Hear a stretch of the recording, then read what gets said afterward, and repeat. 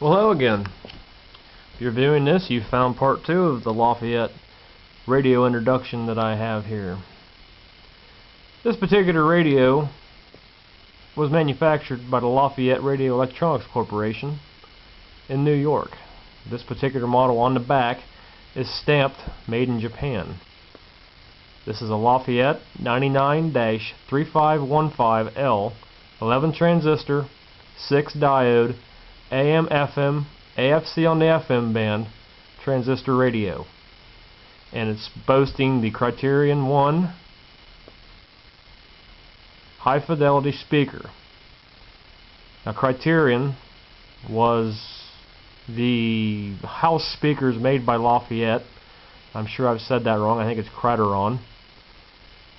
Somebody please let me know. I'm pretty sure that's how it's pronounced. But it was a house speaker manufactured by Lafayette. Now, this radio here will tune from 88 to 108 on the FM side, and from 535 to 1605 on the AM side. It operates on 6 volts, or it operates on 4 C-cell 1.5 volt flashlight batteries, which it does not operate on the C-cell batteries right now, because when I received it, it still had batteries in it and they were corroded, and I haven't got a good chance to clean the contacts, so batteries are out of the option right now. But it does operate on 6 volt wall adapter. Let's turn it on and take a listen. As soon as you turn it on, you're going to hear noise, because I think there's some capacitors in here going bad, and I'll kind of confirm that here in a few minutes with some little tuning.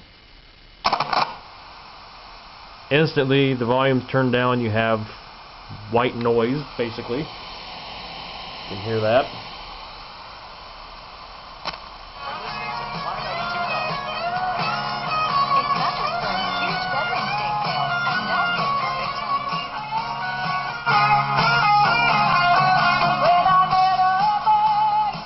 Seems to tune and receive stations pretty well.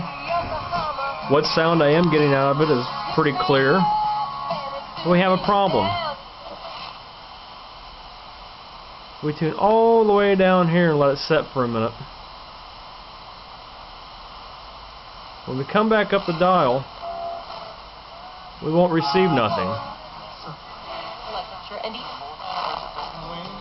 until you get right up in there.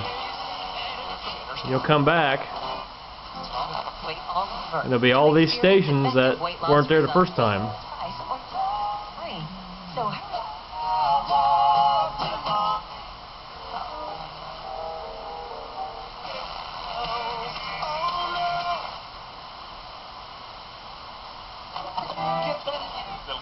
Official Miami IMG Sports Network page on Facebook, and like us and follow.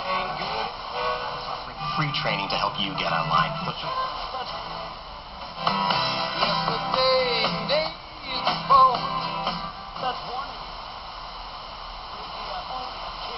And it's pretty selective where I have it sitting at right now. It seems to like the stronger stations. Like that's a 50,000 watt station about 12 miles northeast of me.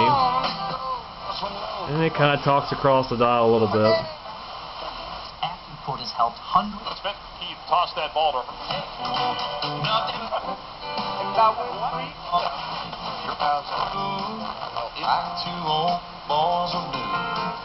It's about a 30,000 watt station about 25 miles southwest of me.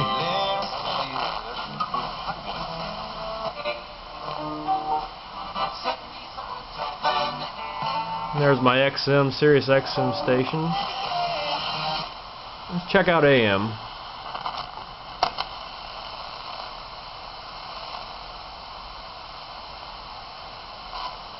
And the other day I tuned it. We don't get WLW right at 70. That should be WLW right there. And I get nothing but noise.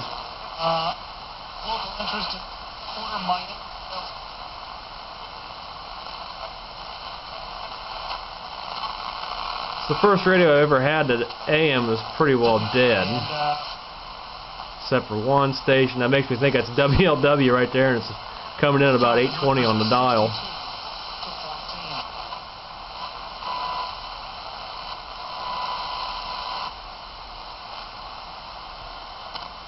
And that's the volume down. Now when I first brought this radio home, you turned it on, you had noise. You turned it off, you still had noise. It was just a lot quieter. No stations could be tuned in, but you still had some noise there. So then we got some bad capacitors in there, but for the most part, it's a pretty decent performer.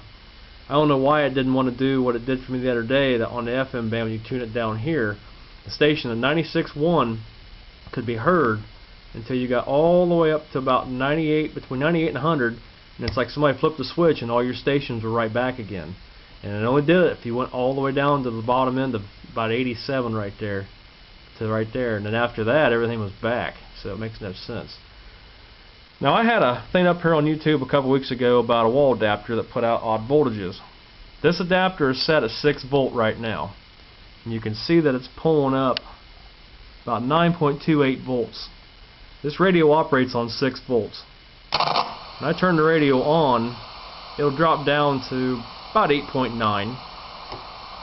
Let's put it back up on FM. Find a strong station here.